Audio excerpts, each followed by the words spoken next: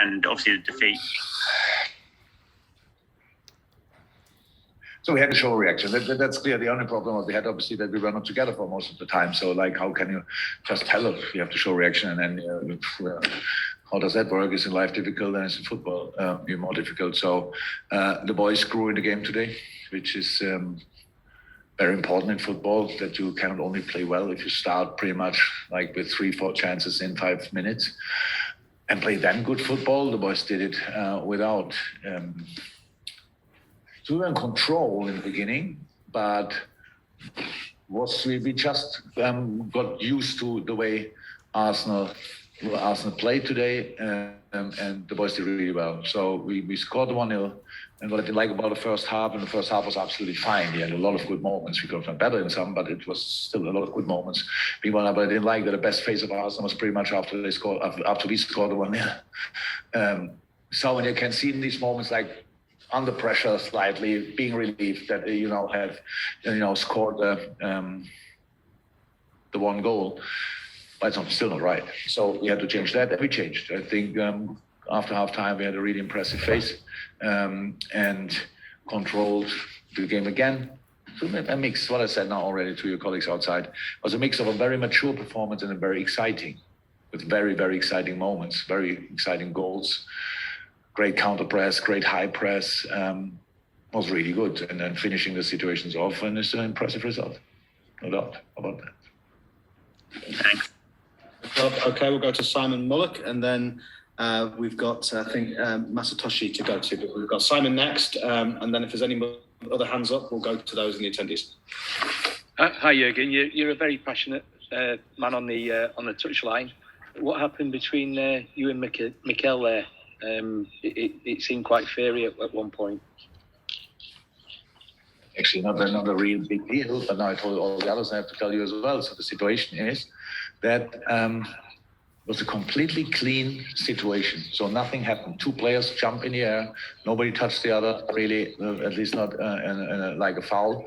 And the bench of Arsenal is going for whatever. And I just asked, what do you want for that? What do you want? There's no contact really, and that looks like everybody wants a yellow card. And for me, I'm really sick of these situations that everybody tries to go for Sadio in these moments. Where he's a physical player, obviously, but he doesn't make harsh fouls. But you might remember last year against Real Madrid, he was completely taken out of the game without that he did anything, a yellow card, and then the ref was like, you do one more thing and out. Against Atletico, we had to take him off because of that, and it's just not right. And that's what I said in that situation. Okay. Any follow-up, Simon? Could I ask you, do you think that kind of, I wouldn't say improved the atmosphere, but it made the atmosphere certainly more exciting? Do you think that helps you more than it helps Arsenal? It was not the plan, but if it helped, then it's okay. But it still will not happen all the time because you said I'm very emotional on the sideline, but it doesn't happen very often anymore that I have any kind of arguments with anybody on the sideline. But it was, how I said, a controlled game, but not the most exciting one. And then maybe the crowd needed a little help, and so defended from that moment on first me, and then pushed the team again. That's absolutely fine, but will not happen all the time. Okay, thank you, Simon. This will be the last question unless we get more hands up. So, Masatoshi, Hi, Jurgen. Hi.